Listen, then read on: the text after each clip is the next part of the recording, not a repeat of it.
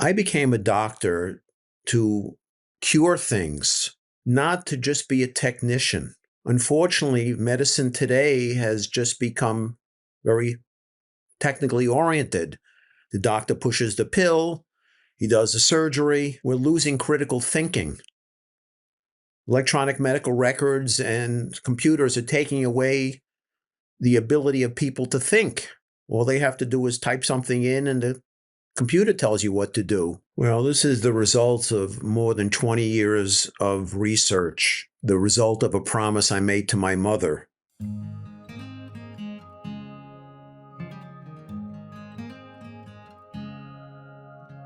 Hello and welcome to Along the Way Life's Journey. I'm your host, Carl Buccellato. Thank you for joining us today. You know, there are many times we have guests on this show that I tell you are marvelous people. And I believe that. I always believe that. And I truly believe that today. I met a man recently, just a couple of weeks ago. And after just speaking with him for a few minutes, I was so impressed with who he is and what he's accomplished in his life and his mission. I thought it essential that he be on this show. So I'm going to introduce Dr. Jeffrey Weiss, and I'm going to do what I never do on recording here. I'm going to read his bio because it's so plentiful, I don't want to miss any of it. Dr. Weiss is the former Chief of Retinal Surgery at the Joslin Diabetes Center in Boston, a faculty member of Harvard Medical School, and a visiting scientist at the Massachusetts Institute of Technology. That's a mouthful. He entered college at 16 and medical school at 19, all on full scholarships.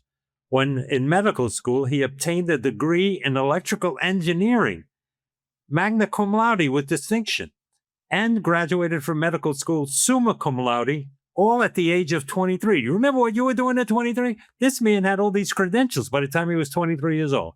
Dr. Weiss is the author of more than 100 publications, including 25 books. He holds more than 23 U.S. and foreign patents and has been a reviewer for multiple scholarly journals. He has served as a visiting professor, performed surgery, and lectured both nationally and internationally.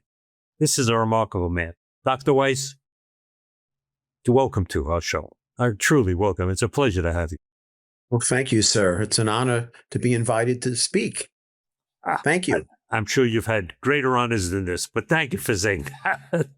Well, the reason I wanted you to come on the show is, in addition to all of the many credits that you have and all the accomplishments that you've completed, you've recently had an article published that says how to cure Alzheimer's disease. And it says in this article, about 11% of Americans aged 65 and older are diagnosed with Alzheimer's disease. And while there's no immediate cure for it, you have been working for years to develop a technique to get early recognition of it before symptoms occur so that people can have a chance at fighting this disease. So we're going to talk about a lot of things today, but I know this is prevalent in your mind. So we're going to start with this and then we'll get it. You'll chat a little bit. You'll tell people who Jeffrey was when he was a little boy growing up, all that kind of stuff, you know. So tell us about this. Tell us about this marvelous discovery that you've come across. Well, this is the result of more than 20 years of research, and is the result of a promise I made to my mother. And I keep my promises. Good man. It's very important. I became a doctor to cure things, not to just be a technician. Unfortunately, medicine today has just become very technically oriented. The doctor pushes the pill, he does the surgery. We're losing critical thinking. Electronic medical records and computers are taking away the ability of people to think. All they have to do is type something in and the computer tells you what to do. You, Carl, and I can read a map. I'm sure these kids today can't because they just put in the destination on the phone and it tells them where to go. Yeah. We used to add up bills in restaurants. Now you can do that on your phone. Mm-hmm. The problem is you lose your phone. You don't know who to call. You don't know what to read. You don't know how to read a map. You can't get anywhere. You can't add. You can't do anything. Well, medicine has changed over the years. When I became a doctor, it was a lot of people like me. I came from humble beginnings. The house I'm speaking to you in is the first home I ever owned. When I was in New York City, we lived in an apartment. I had a wonderful family, wonderful parents. My mother had to go back to work so we could afford an automobile. My first job was putting circulars under people's doors for Murray's Toy and Hobby Shop located on Broadway in Astoria, Queens, for which I got paid 50 cents an hour. And I wanted to show that I was the best guy yet, so I would go up and down 14-story apartment houses with 4 apartments on every floor and quickly do it. And I passed out every single one. My next job was $70 a week. But when I got my next job after that at $100 a week, I thought I was a multimillionaire because now I could, at the lunchtime, go downstairs and they used to have the hot dog vendors on the corner and I could afford the 2 hot dogs and a soda. And I thought, wow, this is a life, $100 a week. But growing up that way, you really appreciate everything, which I don't think a lot of people do anymore. They expect things to happen. As a physician, I did volunteer work in the South Pacific and in China. You may recall the movie The Killing Fields. Yes. I was scheduled to go to that camp that was in the movie, the Cowie Dung refugee camp. And I had medical supplies, but right before I was to leave, they were shooting people there, and the trip was canceled, so I wound up going to Samoa. And interestingly, there were some doctors in there, but we also had some medical officers. And this relates to the point I made earlier. The medical officer, you could tell him to do a gallbladder operation, and he did a superb job, but he wasn't a physician. He didn't make the diagnosis. He couldn't make the diagnosis. He didn't know how to make the diagnosis. You told him to take out the gallbladder, and he did, and did a great job. And that's what's happening to medicine today. And a brilliant Harvard professor in the 1960s named Thomas Kuhn wrote a book, The Structure of Scientific Revolution. And he says that all advancements they occur not from the people within the same scientific silo, because they can't. The people within that silo all know the same thing. They're taught in that the same silo, things. and they see that. They're in the silo. It's like they have blinders to anything outside their silo. Absolutely. And the proof of why I'm correct is look at medicine. I've studied Lou Gehrig's disease. That's amyotrophic lateral sclerosis. That's almost 100 years since we discovered it. We don't have any good treatments. Look at Alzheimer's disease. In the last 20 plus years, 99.9% of the drug studies have failed. At the end of this time, we have 2 drugs that are very expensive, $25,000, $30,000 a year. They slow progression by about 26%. Mind you, slow progression. They don't stop it. Yeah. They don't return you. You still die. It's horrible. And the risk is that these drugs can kill you. So, as you know, Carl, I just returned from London, where I presented the results of my research at the International Alzheimer's meeting. This is my 3rd year going to the meeting. Well, 3 years ago, they announced the approval of these 2 drugs, and everybody was dancing. They were having buffets with free shrimp and all that. But while everybody was stuffing their faces, I was looking at the slides with the data, and I said, "This is terrible. On what planet, instead of putting out the fire, do you let it continue to burn? You have to pay a lot of money for that, and it can kill you. And this is the great advance after so many years." I couldn't eat their free shrimp. I actually got up and left. I was in Philadelphia and went and got a cheesesteak at a hero shop. I was, my mind, I just couldn't believe it. Because as you mentioned, my background, I'm an electrical engineer, and I have more than 23 patents now.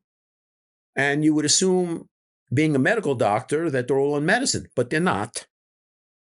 One is in housewares, one is in automotive, one of it is in telephone systems, in safety, all kinds of different things. Why? Because I see a problem. I despise being pigeonholed. At the end of my name, it says MD. People say, "Well, you're an ophthalmologist, so you can only do that." No, I can read scientific articles as well as the next guy.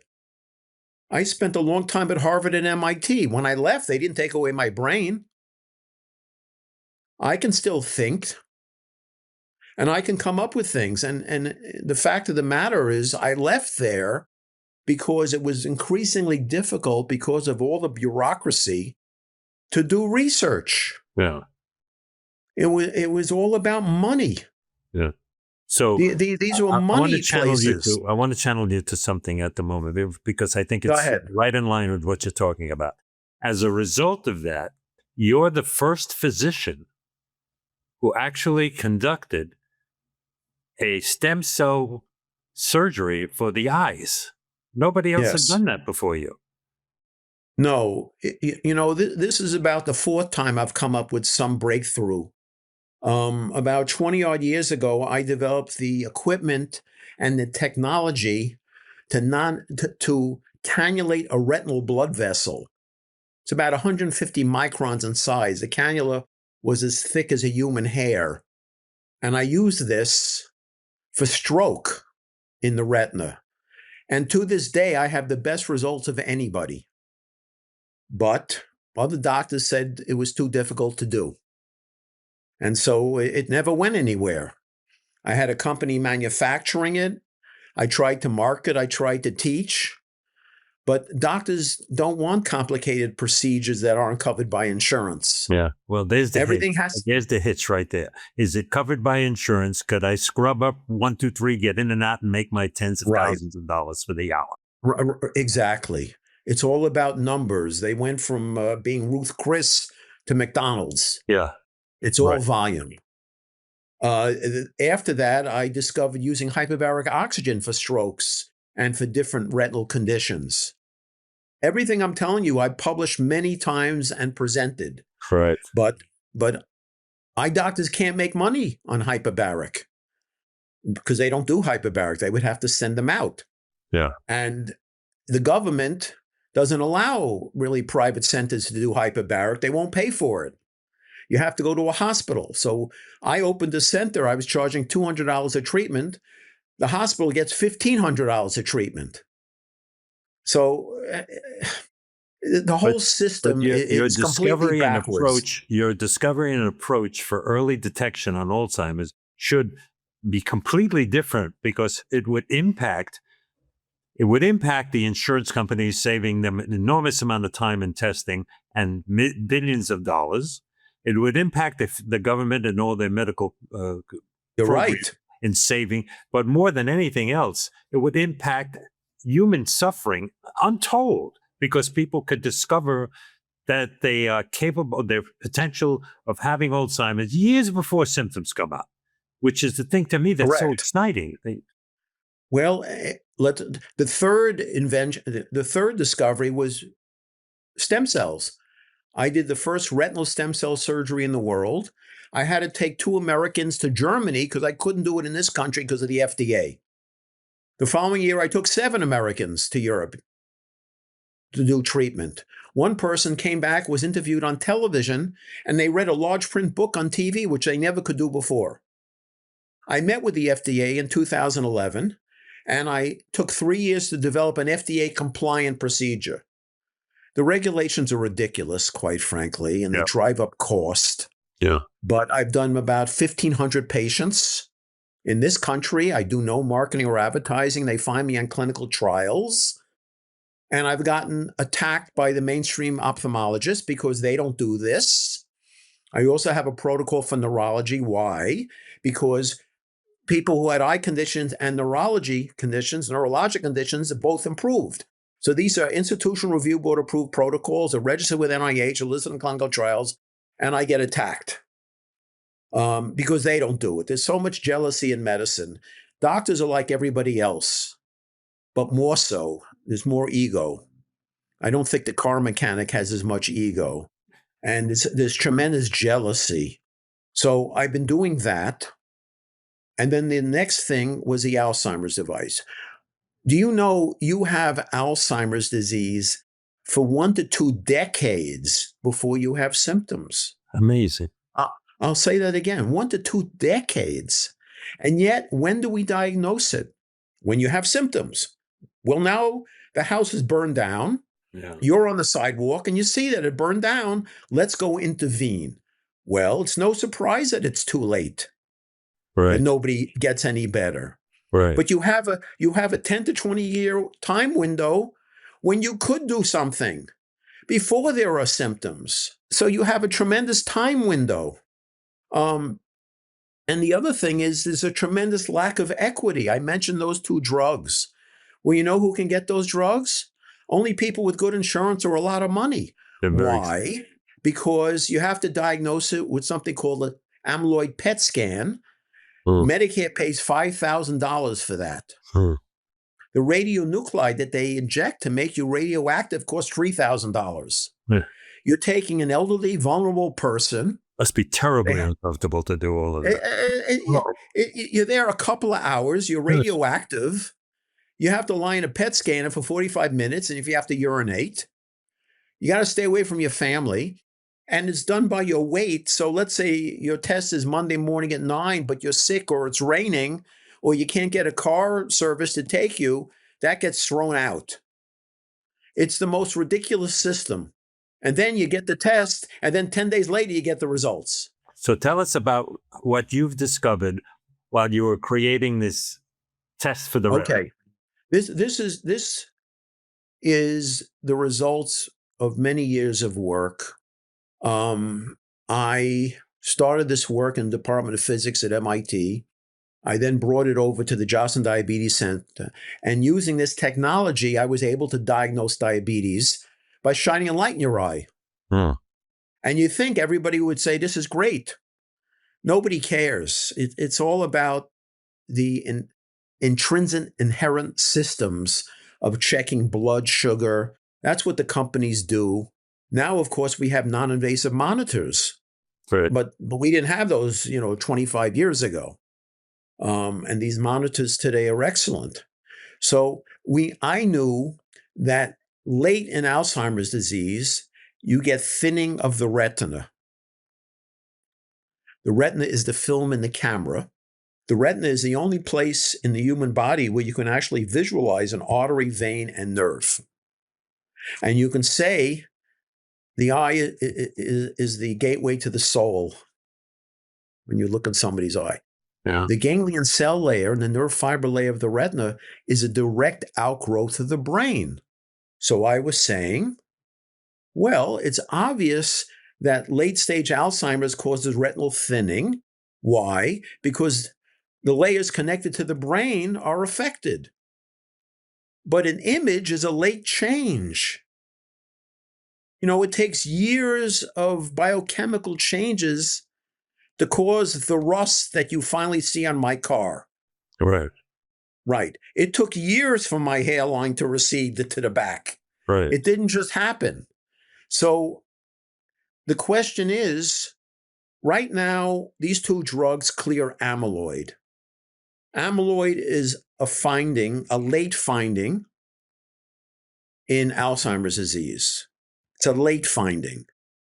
Something starts and eventually amyloid gets manufactured. Doesn't just show up. It's not there normally. There's So it's also the something. result of, it isn't the It's cause. the result. Right. That's the point. It's the result. Right. What's the cause? Everybody's looking at the result. And at this last meeting in London, or just 2 weeks ago, there was an interesting paper where this researcher said they identified 5 different types of Alzheimer's disease. And they expect that one drug would not work for all 5. My point is, this is the end stage of a very heterogeneous disease that we're calling Alzheimer's. Yeah. You're looking at the house already collapsed. Right. You can't tell where the fire started. Right. In the kitchen, in the basement, in the living room. You can't tell. And now you expect this drug to cure or to prevent a fire in the basement, a fire in the kitchen, a fire. It makes no sense. This is the end point. That's why there are so many different manifestations of it, because you're at the end. Right. It's like entropy. Things go from being finite and ordered to not being ordered. So your early detection could be years before that. Yes, I know from a small study that I did that I identified 4 patients. I had a neurologist friend send me patients who had some mild cognitive impairment, but no diagnosis. And I identified 4 people who I said had Alzheimer's disease. Why? Because I shined a light in their eye for 5 seconds. I get immediate quantitative results. And the curve I got was so grossly abnormal compared to what normal was that I said they have Alzheimer's. They were not diagnosed by the neurologist with Alzheimer's for 2 years later. So I was already earlier than what he could do. And it was validated by the subsequent diagnosis, right? Right. But the curve, as I mentioned, was grossly abnormal. So maybe instead of 2 years, I could have detected 5 years, maybe 8 years. Yeah. Now, if this is the window when there's still no symptoms, then we have a chance of intervening when there are no symptoms. And then maybe you can prevent the symptoms from happening. Yeah. That's the whole point. In the last 20 years, there's been more than 500 failed drug studies, and I analyzed why they failed. The average study lasted 1 or 2 years, but what they were looking for would have taken 4 or 5. So since drug studies, again, research in this country is generated to money. Everything's money. Right. The FDA, when I've dealt with them, it was all about money. From an ethical standpoint, if you came up with a cure for cancer and it cost 20 cents, it would never see the light of day. No. With my Alzheimer's device, I'm told I need at least $1 million to get FDA approval.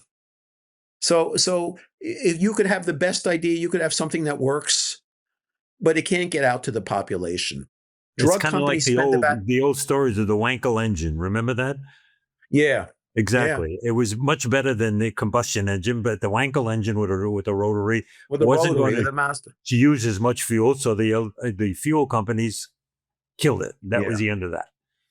Yeah, and in fact, when I went to a company that had some competing thing at this meeting and told them about what I had, I could see the daggers. I backed away from them because I thought if they could grab me and murder me, and they would have done it immediately. So, the drug studies cost like $100 million a year. So from a drug company perspective, to do a 5-year study and the drug doesn't work, that's $500 million. Yeah. They can't make $500 million mistakes. But your test could test microscopically the variables and the differences and the impact of that drug within a much shorter period of time.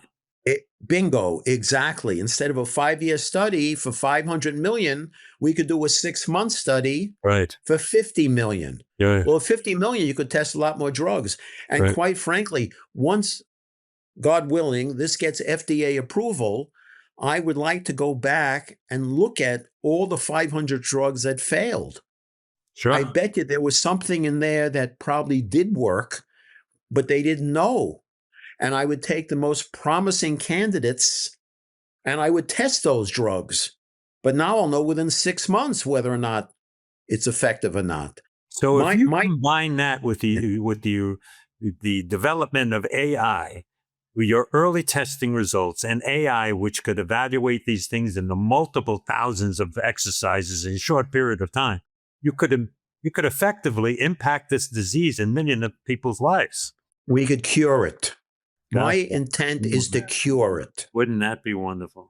Well, you have to start somewhere. Yeah. And Nothing's ladies and impossible. gentlemen, that's why I was so impressed with this conversation and why I'm committing this show to this.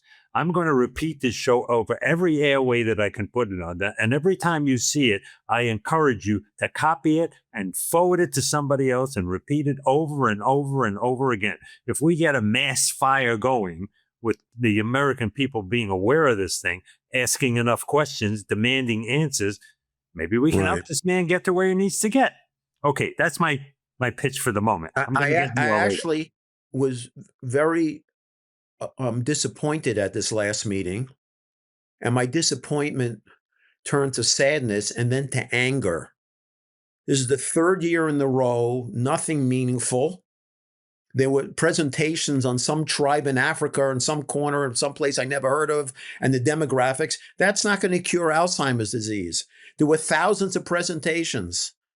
Nothing. I felt like starting a podcast angry about Alzheimer's because we're doing the same damn thing year after year after year. And the proof of what I'm saying is that we don't come up with anything meaningful.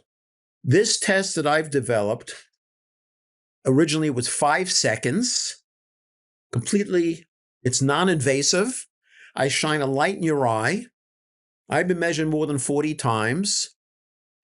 You get immediate results. You don't have to send it off to the neuroradiologist to read, or to, you don't have to, now there are some FDA-approved blood tests, but you still have to have blood taken. The test costs still $2,000, so you need a lot of money or good insurance. And interestingly, right before the podcast, I just picked up this issue of JAMA, and there's an article, first Alzheimer's disease blood test may produce many false positive results, study finds. So that's $2,000. The amyloid PET is $5,000. My test costs 4 cents. 4 cents. Explain to people why it's 4 cents. The machine that you have has a range of time and hours that it can function, so you reduce it down. Well, the only piece that theoretically has a lifespan on it is the laser diode. It's a very, very, very weak laser. As I say, I've been measured more than 40 times. It's less than the ophthalmic lights that the doctors use in their office. And that's good for 50,000 hours. Okay, that's what it is. The new test only takes 3 seconds. Good. And you don't need drops. And now you don't need good insurance. At 4 cents, everybody can get it. That's right. So it's much fairer than limiting whatever drugs we have to rich people. So now we could put this in a supermarket, or when you go to see your doctor, they weigh you, they check the blood pressure, they check your temperature, and they could do this test. Yeah. And then they can tell you. Now, people say, well, what if they tell me I have Alzheimer's, there's no drugs? Well, you know what? It's one step at a time. I want the drug companies to be interested in this. I met with the drug companies in London. I'll tell you a very funny story. One of them in particular had decorated the entire tube stop with their name. There are billboards everywhere and posters everywhere. I know about it. and then I went to their room. All the couches were upholstered with their name and throat pillows. But when I told them about this, they said, well, we're not sure about, the money to fund the study. It's more important to have, billboards. That doesn't help anybody. This would help. This is a paradigm shift. This is a breakthrough. Yes, this is a paradigm shift. Absolutely. This is a breakthrough This will get us on the road to cure this horrible condition. Just more than 7.5 million Americans now have Alzheimer's. There's more than 40 million people in the world. And they estimate, unless something changes, by 2050, it's going to cost more than $1 trillion to take care of these people. But forget that. Forget this, the money, the suffering. Yeah, the human Everybody suffering. knows somebody or has somebody in the family. I know this. And wouldn't you trade to give them dignity and a life? Anything. I'm going to tell a little story here as an aside. My mother passed away 5 years ago, and I live on the east side of Florida. She lived on the west side of Florida. And for the last part of her life, she suffered with dementia and Alzheimer's. She was in a care center, and I would fly over to see her. And I would go to see her, and she didn't even know who I was. But I'd go in the hopes that once or twice, and it did happen once or twice, she'd look up, she'd get a clarity in her eyes, and she'd say, "My son." Those moments were worth everything to me. Everything to me. They were fleeting. They were there and gone in seconds. But just for those moments, to be able to support you, to get this very, very valuable tool into the hands of America and the people all over the world, to save that kind of suffering, I'm on your side. And ladies and gentlemen, I'm going to repeat again. When you're through hearing this on the show notes, you're going to see places where you can read this article. You're going to see the results of studies. You're going to see where you can contact Dr. Weiss. You're going to see places that you can write in and ask. And we may even have on there format letters that you can fill in and send to your senators and your medical centers and so forth. Let's get a grassroots going, because this is important. This is important for mankind. We can't step by and say, let somebody else do it. We have seen in recent years what happens when we allow somebody else to do it. It doesn't get done, and people by the millions suffer for it. Right. Okay, I'm back to you. I'm sorry. I get a little passionate about this kind of stuff. I understand. I'm passionate about this because I take care of people with Alzheimer's disease, and it's terrible. It is. And I have to do something about it. Right. Not just complain or wring my hands. Do something. Have you had any contact with the new administration since Bobby Kennedy has been put in charge? No. I actually did meet Donald Trump, President Trump, and told him about this. And he asked for my card to put me in contact with Bobby Kennedy, with Robert Kennedy, and to get me involved, but nothing happened. I never heard from anybody. We know a couple of senators that know him quite well, and we're working on that through Dr. Axe, and we'll see what can happen. Okay. But many wheels are moving. Many wheels are moving. Well, that's what it's going to take. It's going to take a groundswell, because people should not accept this anymore. Right. You know, it used to be that the doctors were like the Egyptian priests. They kept all the knowledge. Now we have the internet. And I'll tell you one very quick story, because I know we have to go. But one of my early stem cell patients was 93 years old and was almost completely blind. And I'll never forget what she said to me when she wanted the stem cell procedure. And she was one of the people who went to Europe. She said, "Dr. Weiss, my whole life I've been lied to. The doctors said they're working on it. And I found out when the internet started up and looking around that nobody was working on it. It was a lie, except for you. So it doesn't matter to me, because my life is almost over, whether the surgery works or not. I want to know that I tried." And actually, she underwent the surgery, and she did well, and she did get some improvement. And she I never assisted you by doing that. Her confidence in you gave you another story to add to the record to say it works. Right. Well, because she could see I had to do this. Yeah. I was trying, and nobody else tried. They just said, "Oh, they're working on it," just like you said. But there was no they. Nobody was. They were just putting her off for 20 years. Yeah. Sad. All right. As Dr. Weiss said, we're coming down to the end of the time here, and I want to I'd be remiss if we had this whole conversation be about things that are so heavy and serious. I know they're important, but I also want you to know the man is an artist. The man is a writer. He's written books, not only technical books, but he's written novels. They're available through Amazon. The man has written 2 plays. This is truly a Renaissance man. This is in Sicily, we have a word for a guy like this. We call him a mensch. You know what a mensch is? I'm quickly becoming not only a fan, I'm falling in love with this guy because I like who he is and what he represents. I really do. Thank you. So I'm going to give you 2 minutes to say anything you want to these people, and reminded that everything's going to be in show notes. They're going to be able to record it. They could be able to copy them. They'll be able to reach you. What do you want to say? What is little Jeffy from Astoria want to tell people these days? Don't accept the status quo. You have to fight for this. Otherwise, it's not going to get done. Right. Because the past history shows it hasn't gotten done and Right. will never get done. It's like when I see my patients and I say, I need to know how you do.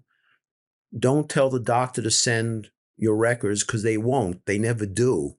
But if you get a copy and you send it, you know it was done. We need to be responsible. If you want to cure Alzheimer's, you got to take a hand in it. You Right. can't just say, oh, they're working on it, because they're not. Right. And that's certainly not to your benefit. And if you don't have a lot of money or good insurance, you can't get these drugs. Even though they're not very good, but there's better than nothing. You can't get them. And in this country of wealth, that's just not fair. Poor people should die of dementia and wealthy people shouldn't.